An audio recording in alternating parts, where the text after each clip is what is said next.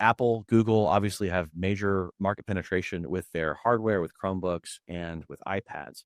And so these companies, they're not designing products with kids' best interest at heart. They're not starting with a blank page and working in close consult with child behavioral specialists to decide what's good for a kindergartner, what's good for a third grader, what's good for a kid in junior high, and what's good for someone in high school.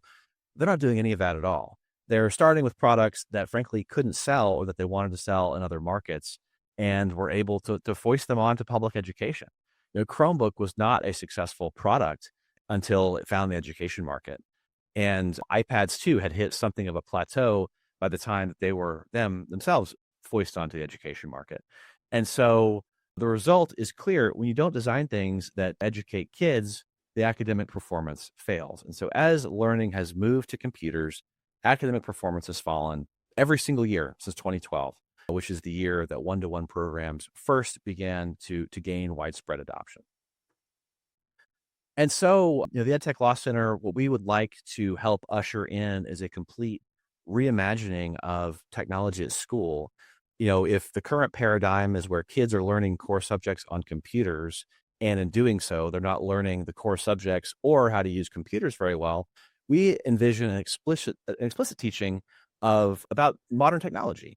And so telling kids about where do computers come from? How did these even start? How have computers been used over the past essentially 200 plus years from their origins in the factories of the English Midlands on through today, where the surveillance business model has been developed, helping kids understand what these companies want from them when they use a computer.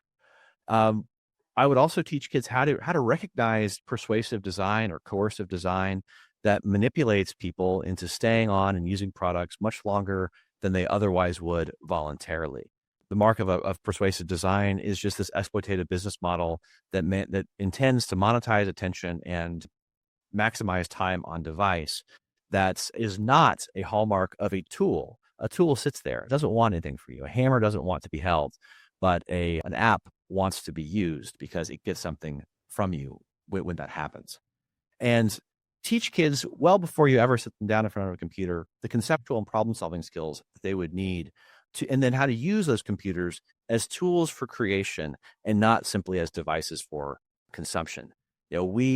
Even as much of a critic as I am of the current EdTech paradigm, I still believe that there is a place for technology in school. It just looks a lot different than the technology today. And I would say that there is very little place for today's technology in schools. To my earlier point, I would have providers account for kids' developmental stages and make misuse impossible at every age. And so at the EdTech Law Center, we work with a lot of families whose children have been exposed to pornography at school, for example, or who have seen ultra-violent content or are being cyberbullied, typically kids that are in middle school and, in every case, or sometimes elementary school. And in every case, the school blames the kid when this happens. They say, you shouldn't be using it this way. Well, I would say you shouldn't be making this possible